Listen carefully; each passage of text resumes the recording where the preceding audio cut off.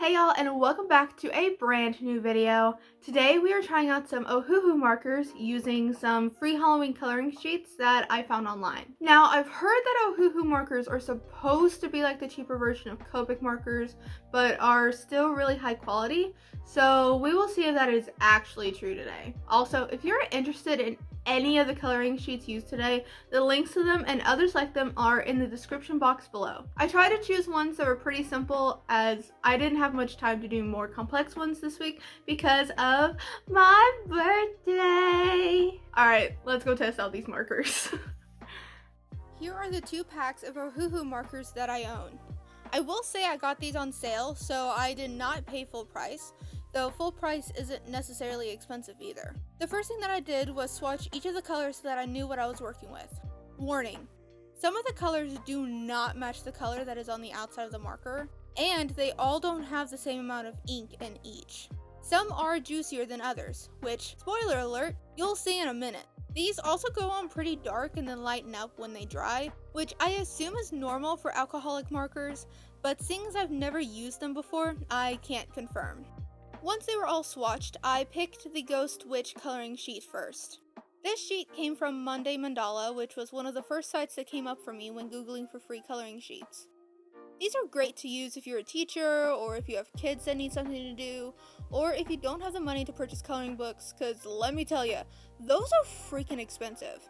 I don't remember them being as expensive as they are now when I was younger, but maybe I'm just remembering wrong. Anywho, this was really fun to do. I got to try out a couple of the grays, purples, and the various yellows. I really was loving imagining the purple witch hat, so I decided to color that first, using 2 different shades of dark purple, then yellow in the middle to resemble a buckle or gem or something. Then using the same yellow, which ironically for my channel is called Sunflower, along with 2 other shades of yellow, I colored in the moon and stars. Finally, I did the little ghost using a light gray marker that I found in a slightly darker shade of gray for the shadows.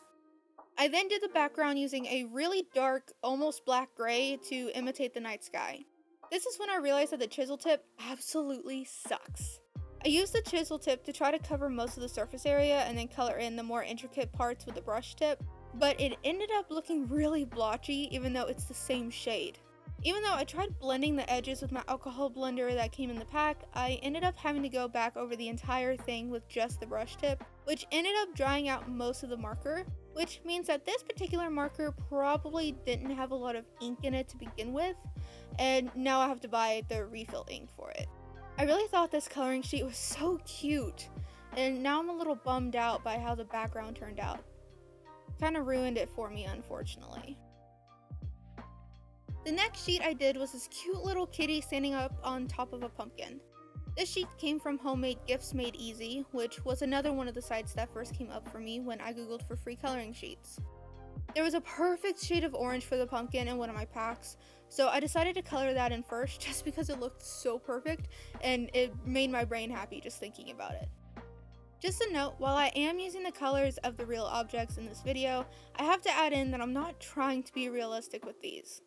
I'm not a realism person and just like doing art for fun, even if that means shadows and lighting don't particularly make sense. Now, back to the coloring sheet. I had originally imagined the cat being the same dark gray that I had used in the background of the last sheet so that you could still see the details of the cat, but since I dried out that marker and wanted to make whatever ink was left last, I decided to try to use the black marker. This ended up being sort of a mistake in my opinion because the black is so freaking pigmented that you can't see any details of the cat or its face.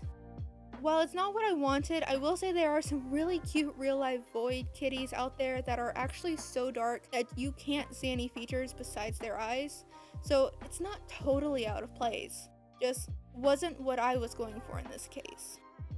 Then I colored in the grass with a shade of green that honestly may be one of my favorites in these 2 packs. And then colored in the letters at the bottom with a lighter shade of brown that I'm pretty sure is called potato brown, which is a comical name for a marker color in my opinion. Next up, I colored in the falling leaves. With these, I wanted to see how these markers really blend and was thoroughly surprised by how well they actually do blend. I had no technique for this and was just trying to see how they did and see what worked and what didn't. I tried varying the leaves by blending orange and red on some, orange and yellow on some having green, yellow, and orange, and some just being yellow, orange, and red. Honestly, I think my favorite part of this sheet are the leaves, just because they look so freaking good with the blending. For the final sheet, I decided to go with something that was super easy and was probably geared more towards younger children, which is this cute kitty surrounded by candy and 2 bats. I started coloring in the candy corn first since everyone loves the look of candy corn. It's so festive. Unfortunately though, not everyone actually likes eating candy corn, including myself. As I haven't seen candy corn in person in a while, I had to actually look up a picture of them to know the order of the colors. I knew it was white, yellow, and orange, I just had forgotten where they were all at on them. Then I colored in the stars with one of the yellow shades before starting on the bats.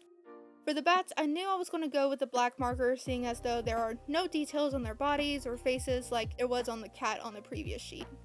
Next up was the witch hat, which I went in with a dark purple for it and a light purple for the band. Not sure if you can tell, but I love a good purple witch hat. Using the same light purple, I colored in some of the candy. I wasn't trying to make this coloring sheet complex in any way, so I just stayed simple with it. Then I colored in the writing at the bottom with a light brown before attempting to color in the cat. For this kitty, I chose to attempt to use the almost dried out dark gray marker. It was going okay at first, but towards the end was really when it got frustrating, trying to get enough ink to come out to cover like I needed it to.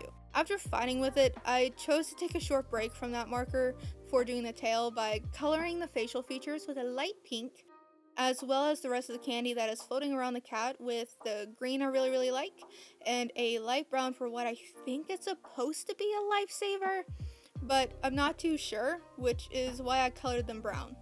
Finally, I attempted the tail, which thankfully more ink had flowed down to the tip, so I didn't have to fight with the marker all that much for this last bit.